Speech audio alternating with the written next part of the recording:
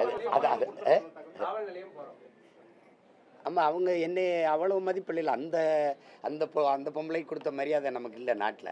ஏன்னா இது தேடி போய் வீட்டில் போய் அம்மா தாயே அப்படின்னு கேட்பாங்க. நம்ம நம்ம அப்படி இல்லை, அப்படி இல்லை.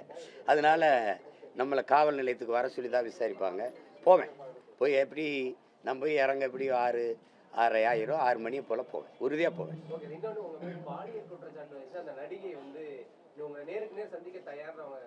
அதை தான் நானும் கூப்பிடுறேன், வர சொல்லுங்க அப்படின்னா. அவங்கள வர சொல்லிட்டு என்னை கூப்பிடணும், அவங்கள வர சொல்லிட்டுல கூப்பிடணும்.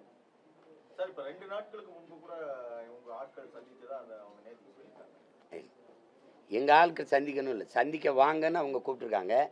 அதுக்கப்புறம் அவங்க தொடர்புக்கே வரல. குறிப்பா 2 கோடி ரூபாய் வரை கொடுக்க தயார் அப்படிங்கிற மாதிரியான ஒரு செய்தி பரவுது. அவங்களுக்கு அந்த நடிகைக்கு சொல்லிக்கிற வேண்டியது ஏதோ சொல்லிக்கிற வேண்டியதுதான். நீங்கள் திருமணம் ஆயிடுச்சு, 7 முறை கருக்கழிச்சிருச்சு அப்படிலாம் நீங்கள் பார்த்தீங்கன்னா, ஒரு ஆண்டுக்குள்ளே 7 முறை கருக்கழிச்ச சாதனையால் நானாக தான் இருப்பேன். அப்படிலாம் உலகத்தில் அதுலேயே சிறையில் இருந்துக்கிட்டே கருவை கலைக்கிற ஆள் நானாக தான் இருப்பேன். அதுக்கப்புறம் திருமணம் ஆயிடுச்சுன்னா நீங்கள் திருமணம் ஆனதுக்கான சான்றிதழை காட்டணும். முதல்ல நீங்கள் அளித்த புகாரில் எங்களுக்கு திருமணம் ஆயிடுச்சுன்னு சொல்லலையே, 2வது புகார்லையும் சொல்லலையே. திருமணமான அதுக்கான படங்கள் அதுக்கான இதெல்லாம் காட்டியிருக்கணும். அப்படின்னா எனக்கு திருமணம் ஆகும்போது அதை வெளியிட்டு தடுத்துருக்கணும். எங்களுக்கு திருமணம் ஆயிடுச்சுங்க, மறுபடியும் ஒரு திருமணம் ஆகலாம். இதிலிருந்து நீங்கள் இதையே யாருமே கேட்க மாட்டீங்க, என்கிட்ட கேட்குறீங்க. உங்களுக்கு இது ஒரு சுவாரஸ்ய கதையாக இருக்குது, ரசிக்கும்படியான ஒரு கதை.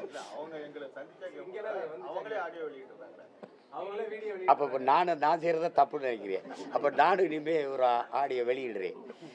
ஏங்க நீங்கள் தான் அவர் தராரு, அவங்க பல ரூபாய்களை லட்சக்கணக்கான ரூபாய்கள் நகைகளை எனக்கு கொடுத்துட்டதா சொல்லி தான் சொல்கிறீங்க நீங்கள்.